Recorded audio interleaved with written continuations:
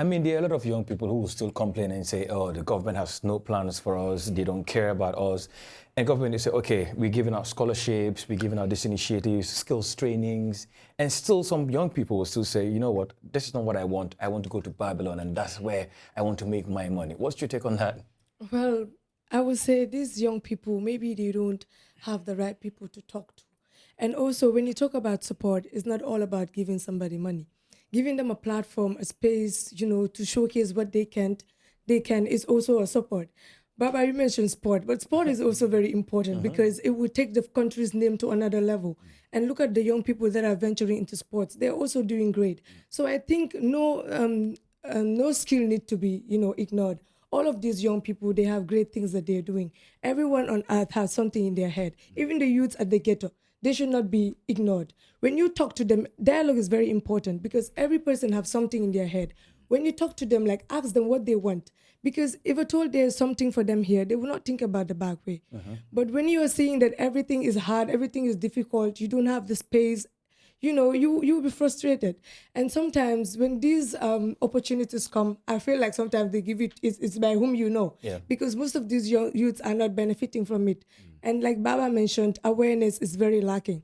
Here, access to communication or access to information is very, very low in this I country. totally agree. Yes, when things happen, you don't know it unless when it has already passed. And then when someone asks you, were you aware of this? You're like, no, I've never seen it before. I didn't see it on TV. I didn't hear it from the news. So it's like, who are the people benefiting from this? Yeah. Yes, so that is a very good thing. Yeah, I also. think I want to come in there if you Okay. don't mind. Yeah, sure, go Just ahead. there's a point that is very important in terms of the government not paying attention to it, is protecting works or jobs that meant for the youth of the Gambia. Now, when you talk about youth, we have youths that are from other countries coming here.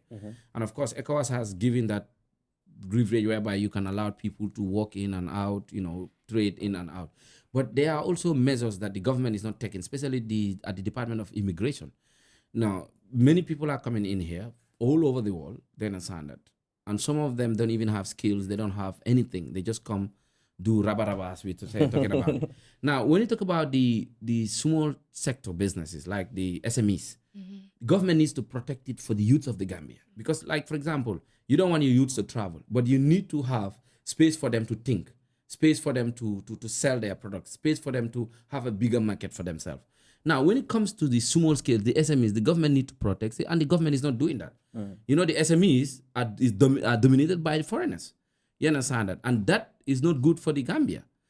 We invite investors. Investors are very important in the country, but investors at certain magnitude. Yeah. But when it comes to SMEs, you protect that for your youths. I'm not saying 100%, but like let's say 80%.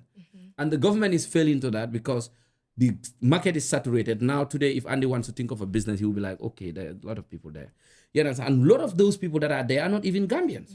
You understand? And some of them come here without papers. Now, what is immigration doing to protect the border? That is one thing. What is also the government doing to make sure that they have very high, strong foreign policies which protects the jobs? Now, look at the tuk-tuk today. During Jammeh period, he was doing well, protecting the commercial industry when it comes to transportation. Only Gambians ride taxis. But today, it's mixed match. Sure. So obviously, the market is saturated, and then the government is not doing any protection when it comes to the youth. So therefore, it will be very difficult for youths to think in a very saturated market and expand their innovative ideas.